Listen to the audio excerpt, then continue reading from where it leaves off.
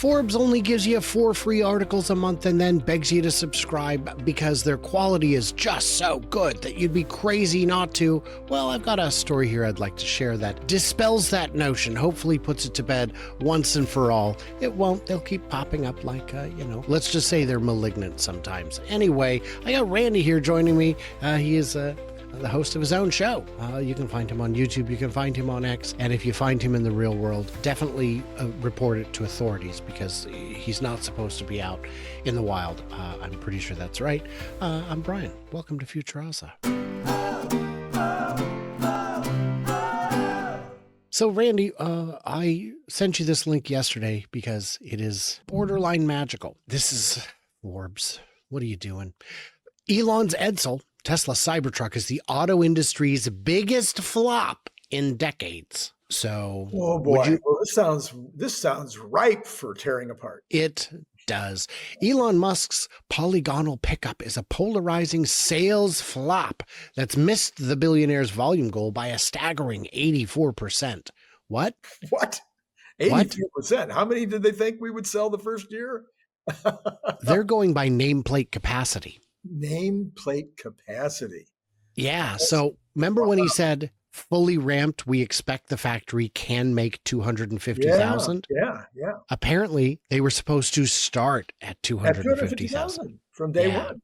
Wow. Day one. So that's what you could subscribe for less than $1.50 a week, or you could do anything else with that money and it would be better spent. The list of famous auto flops is long and storied, topped by stinkers like Ford Edsel and the exploding Pinto and GM's unsightly Pontiac Aztek. Even John Delorean's sleek stainless DMC-12, iconic from Back to the Future, was a sales dud that drove the company to bankruptcy. Did you know that it was poor sales that drove DeLorean bankrupt? I really have not studied it, to be honest. Would it surprise you to know that that's incorrect? Ooh. And that it is a bunch of things. So this is an okay article. It's not the best one. They're saying that they designed a car that looked good, but was a terrible experience. And it was that. It looked better than it was. It was only good for going really fast from 0 to whatever that speed was to get you into the future. No, it was gutless too. The actual original DeLorean did not go 88 miles an hour. I see. Outpaced by competitors, the competitors came out with their own snappy cars that were much cheaper and easier to build and more fun. Getting stuck on one innovation, DeLorean focused heavily on the production of sports cars, even though they were less popular, gas prices were high, and then financial difficulties was a big one. But really it came down to poor leadership. Right. Making a car company is hard. Nowhere on this list is sales because the DeLorean was only 35,000, I think, at the time, which wasn't insane. And it looked fantastic. But once you drove it, the first thing you did was slam your fingers in the door. Everyone apparently did that. And then you realized it was gutless, unreliable, didn't get great fuel economy, wasn't much fun to drive. It was fun to be seen in, but not to own. Yeah. So kind all of of those. To the Cybertruck. The Cybertruck is so much fun to drive. You got to drive one, Randy. I don't think you have you? I have not. Oh, you gotta check it out. You should do an overnight test drive. I should. Yeah. Elon Musk pet project, the dumpster driving Tesla Cybertruck. Oh, come on. What are we doing here? Yeah, here it is. The dumpster driving Tesla truck now tops that list. Come on. Wow. After a little over a year on the market, sales of the 6,600-pound vehicle priced from $82,000. Do you want to take issue with that? I think so. I think it's $79,900 now. Yes, minus the federal credit. $7,500, yeah. Yeah. Its lousy reputation for quality with 8 recalls in the past 13 months. 6 of which were over the air. The latest for body panels that fall off. Yeah. Do you mean trim? That's what they mean. And, they had a glue problem and they fixed it. It's not a body panel. I mean, it's okay. And polarizing look. Well, yes, of course, that Duh. You didn't need anyone to tell you that. Made it a punchline for comedians, right? But anything that's in the news is a punchline for comedians. And and those are the same comedians who are buying it. That's true. That's true. Unlike past auto flops that just looked ridiculous or sold badly, Musk Truck is also a focal point for protests. Well, that's not part of the design. It's right up there with the Edsel, said Eric Noble, president of consultancy Car Lab and a professor at Art Center College of Design in Pasadena. Mm-hmm. Tesla chief designer Franz, who styled the Cybertruck, is a graduate of its famed division. It's a huge swing and a huge miss. And this is true. Elon did say, I do zero market research whatsoever. I believe that. I believe that. No focus. These now, I know we throw rocket scientists around liberally, but these are not rocket scientists here. And boy, when you include every image in this is just emotionally charged. Yeah. So yes. I'm guessing they didn't point to the fact that it had about 50% market share for 2024, its first year in its actual category. Trucks, large trucks over $100,000. I think they were something on the order of 50% market share in that category. That they sold, I guess, everyone they could make, which is usually a pretty good sign that you're doing something right.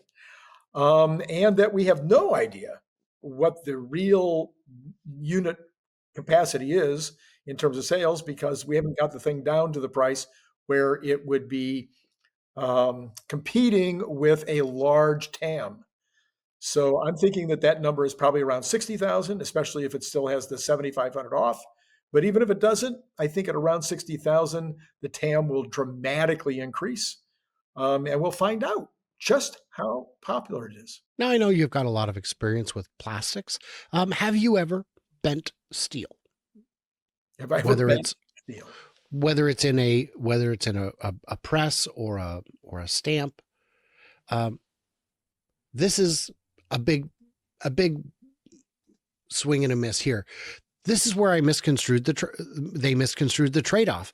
They drooled over not spending $200 million on a paint shop, but probably spent that much trying to get the stainless steel to work. I don't know. I have no idea how much they spent getting it to work, and I doubt they do either.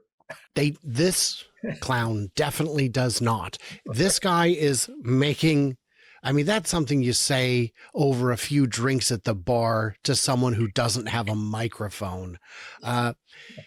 These are straight lines. Bending straight lines is ridiculously easy. And all cars have bent metal. So definitely didn't cost $200 million. The more logical thing would have been to say, yeah, you saved $3,000 a car on paint, but now you're spending an extra $3,000 on additional stainless steel. That would have been a logical argument, but Forbes ain't interviewing me. No.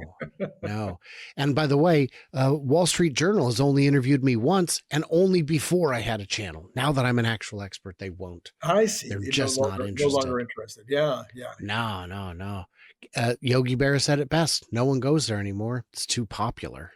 It's too crowded. That's what it was. Yeah, no one goes there. It's way too crowded. Yeah. Does it have a demonstrated technology that could be used elsewhere by the company? That's not the case. 48 volt? What? Steer by wire? I feel like you're talking to the wrong expert. Can we agree there? Yeah, I think so. Oh, yeah. Then there was the price. He had promised, I love these words, promised that it would start at $39,900. He was off by about half. Well, $39,900 was the rear wheel drive. And that was also before a whole heap of inflation. 20% at least. Yeah. Right. I think, 50 to 54 would probably be inflation adjusted. Mm-hmm. And to the people saying, well, it missed on all the specs. Did it? Because the the dual motor has about the range it's supposed to, and it has way more features. It has way more everything. And the Uh, 0 to 60, and I think they got oh it on the yeah, towing. yep, yeah. Randy, what are we doing, man? These. Well, And I'll it's tell you what we're doing is a public service to yeah, save you from giving Forbes a Forbes. dollar 50, Yeah, because this is, I mean, more from more from Forbes. Why Tesla isn't the AI powerhouse Musk says it is. Things are bad at Tesla. They're about to get much worse. 5 people who could run Tesla better than Elon Musk. Let me guess. One of them is Alan Owensman. Come on. Elon Musk is a billionaire federal welfare vampire. You sound like an expert on vampires, Alan. And Tesla is no longer Elon's most valuable asset. Finally, well, SpaceX had its big valuation. So yeah. finally, something rooted in fact. Yes, But, yes, and that's probably, and that may be true for the long term, but it might also be very, very momentary. it's unknown and unknowable. SpaceX's valuation also subject to change over time. It changes much more slowly because it is privately held rather than publicly traded. And do you call it privately held when there's multiple investors, but it's not traded publicly? Is that the right term?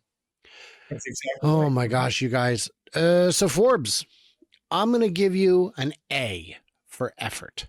But only because that's how I'm guessing you guys think effort is spelled. So I'm going to throw out my own grade, which will be A for awful. they did put in effort. Making a turd this perfectly coiled on someone's lawn is not an easy task. So, guys, what did we miss? What did we misunderstand? You know, all that stuff. But the real thing that's important to mention is that this is, I'm not a charity. So what I do is I ask nicely for $1 or $2, $3, $10, $1 million a month, $1 million a month. I'll get you some special tiers for that, whatever. Tears of joy is what they would be. But I also do put out quite a bit of bonus content, 5 to 7 a week, less when I'm on the road, where I cover stories that didn't fit, stories that would infuriate too many crazies, and all kinds of things like that. Let you know what's going on behind the scenes, and allow you to watch my daily puzzles as I go through my daily puzzles and get my brain sharp. Yeah. And to my surprise, Randy, I checked the viewer retention. 1/3 of the people who watch my bonus videos stay for the puzzles. Oh, there you go. All right. Because I talk through them. Yeah, I'm puzzled by that. Yeah, I talk through them. I treat it like a wedding or a movie, and I just talk through it.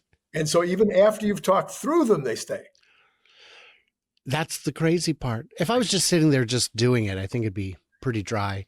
And one of my viewers asked, how can you talk and do the puzzles? And I said, with limited success.